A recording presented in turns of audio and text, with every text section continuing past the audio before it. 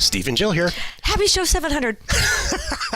Welcome to the Land Investor Show, show 700. Ooh. Entertaining land investment talk. I'm Steve and Jack Butala. And I am Jill DeWitt, show number 700, broadcasting from sunny Southern California. I can't believe it's 700.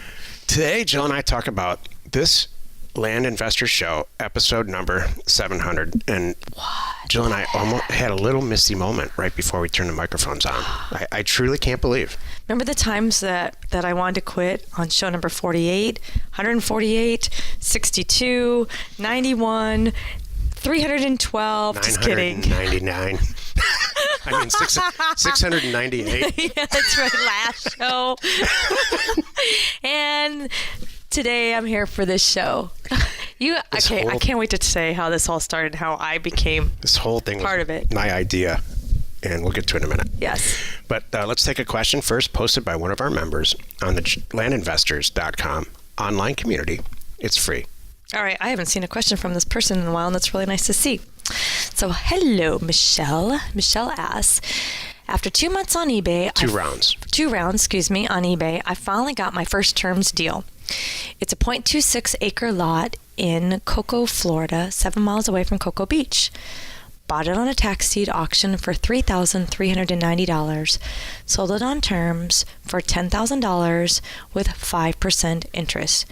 Down payment, $1,052. I love when all these numbers. That's awesome. Thank you so much, Michelle. It's real. Monthly payments of $168.86. Nice. For 60 months. If I get title insurance before they pay it off, which costs $2,000, I'll still be at $4,000 profit.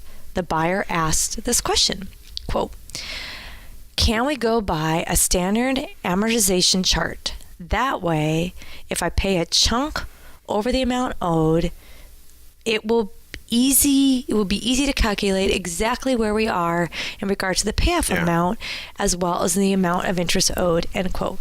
Looking for some feedback on amortization. Thanks. Here's the answer. So when you take out a mortgage, what he's referring to is a standard amortization schedule so every payment has a principal and interest in it. And a standard amortization schedule looks like an X. One of the lines of the X is principal, one of the lines is interest. And if you take your arms and make an X, your left arm is the interest and your right arm is the other way. Your right arm is the interest and your left arm is the principal. So the more payments that you make, like in this case, payment number 50, let's say, has a tremendous amount of principal in it and very little interest. But the first payments that you're making, this is just like a house or a car. Mm-hmm. The first payments you're making are almost all interest. It's a sneaky, terrible, awful way that finance companies and banks schedule stuff. You know, that's why new cars, you're always underwater with a new car.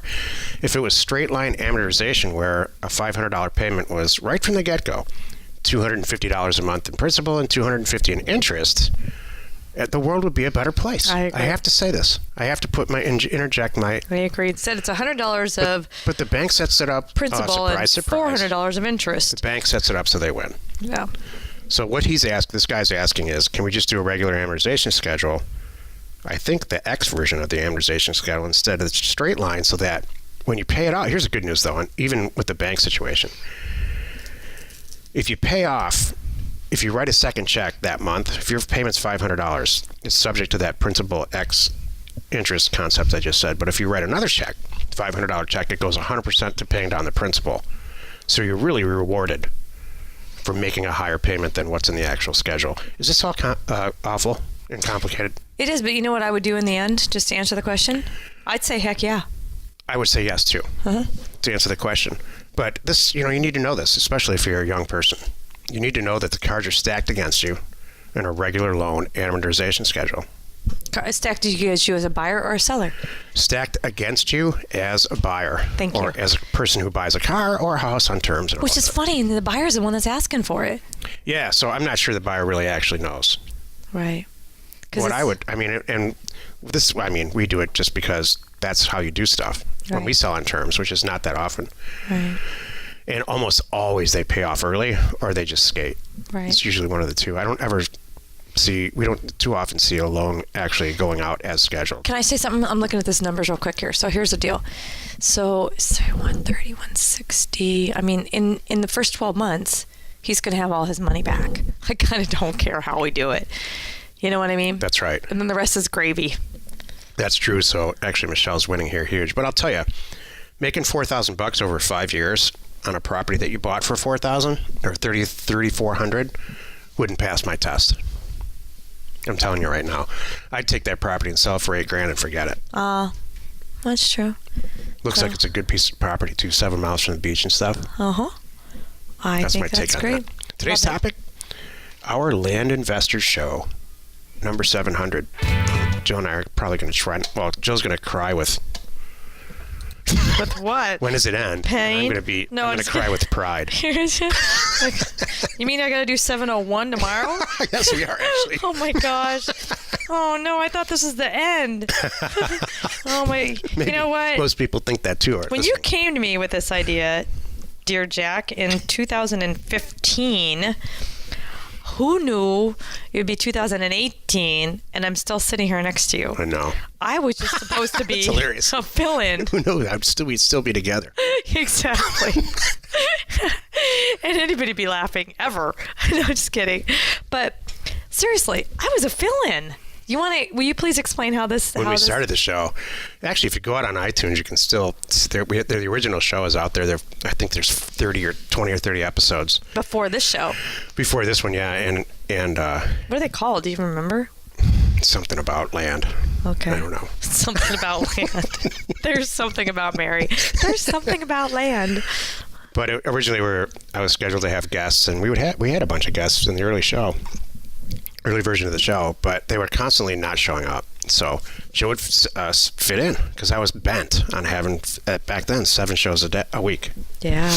Now it's 5 shows. That's right. And so Joe would fit in, and then there'd be a slew of guests that we'd have, and all of our members, people that were listening, would say, "Bring back Jill. It's way more fun when you guys do it that way." And so I said to myself, "Man, not scheduling guests is taking that out of my life. I'm not going to miss that." Mm-hmm. And so that's how it just became this. It was first the Cash Flow from Land show, then it went to the Jack and Jill show for a while, and it's now back to the Land Investors show, which is where it'll stay. Thank you. And if we do something else, we will be releasing a House Academy show later this year. Mm-hmm. In addition to this, exactly, where we'll talk about the house version of things, and we'll leave this show to the land version of things. Love it. I just remember you coming to me, and my first thing was, "What's a podcast?" And part of it was funny is I didn't know what a podcast was because I didn't commute. We were totally working solely from home back then, mm-hmm. And so I'm like, people get in a car and listen to stuff. I didn't know what this was, and it was fun. I remember we doing some. I remember doing like we did some video ones where it was kind of like. We record audio and video at the same time, and then you would post them in different places. Didn't we do that with this? Yeah, and it failed. Yeah. Turns out people they want a podcast, so they want to listen to it. They don't want to see it. Okay. And it destroys it eats up their memory and their phone and all that. So there's big issues with that. Well, then there wasn't as many places to listen to. I think back then, wasn't it? Really iTunes. It's still really iTunes. Right, and then we have Stitcher and all the Google. Other places now, but there weren't as many places to iHeartRadio post. has been a good iHeartRadio. We recently got on iHeartRadio, and that's been really good for us. But the thick of it is this: anytime you start something like this, there's always unintended consequences. Some of them are good and some of them are bad. And my whole point here is, I honestly believe I have learned more from listening to the reactions that people have to this show than I ever would have learned just sitting here buying and selling land. Mm-hmm. Really, I've gotten more out of this, I think, than a lot of the members / listeners. Right. So it's a two-way street, and when we started it, I only ever intended it to be this kind of public service announcement that. Because in real estate, land gets overlooked. If you talk to any seasoned real estate person at all, including my blood relatives, why are you so? What is it with you and land? That's what everybody says to me. Can you just get off the land, please? I know. Get off that topic. It's a tiny little minuscule to what really goes on in real estate. And maybe they're not wrong, but it really works for us. Yeah. Are you raising your hand? No, I'm sorry.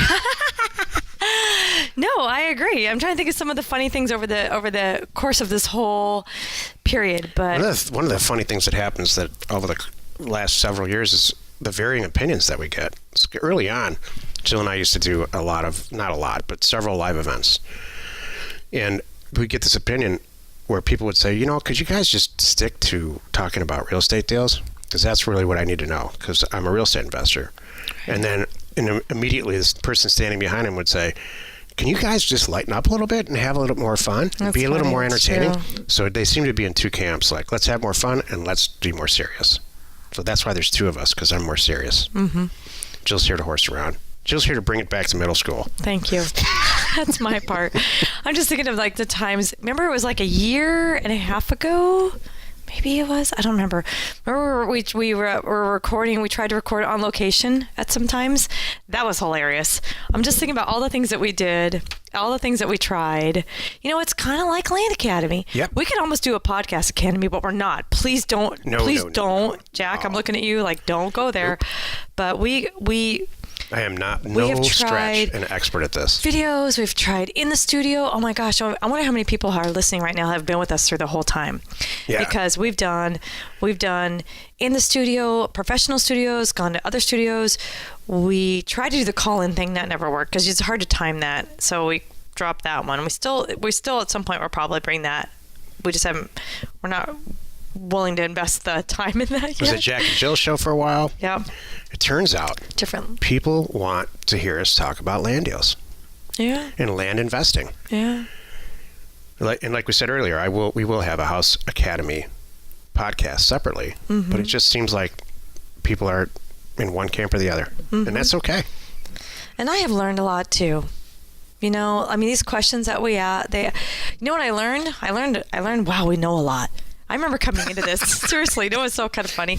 Like when we started our online community, right? I'm like, okay, we're going to be answering and helping people. We did it because we couldn't possibly one-off answer. We found ourselves by email answering the same question many different times in many different ways. I thought, okay, there's got to be a better way to share this information than one person at a time. So that's where our online community grew from. And even the show, this is our way of sharing this information with more than one person at one time.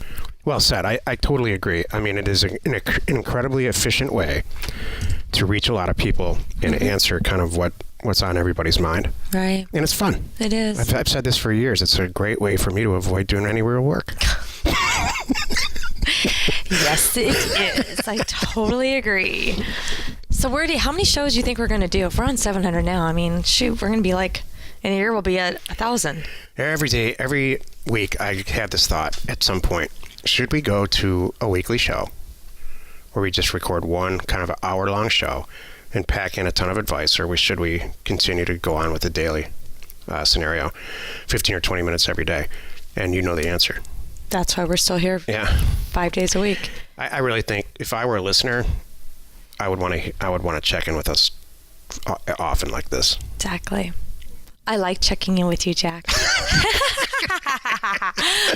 She was waiting to say that. I know. She had waiting on cue. I know. You know what I think is funny? All of our friends kept saying, even just especially early on, look at us now, what the heck do you guys have to talk about 5 days a week on a show? And we never run out of stuff. And there's always new stuff. Our listeners might disagree, but... Oh, well, that's true. But you know what I mean? There's always... What's great, things change, like... But online recording, I mean, there's going to be more exciting and newer ways to do what we do. Yeah. Marketing things change. The best ways to post property are going to change.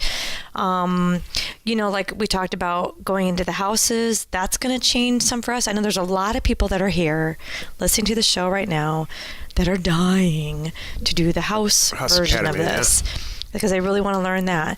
And then there's also a percentage that really wants to do the mobile version of this. So we talk about them off and on because as it pertains to our land business, but we're going to be able to really focus solely on really that what's unique and different about doing it for houses and doing it for mobiles. You know, everything, when you have a business, I don't care what kind of business it is, it always changes, and you have to keep up with the change. You can't just kind of hang your hat on one concept and just ride it until it's done.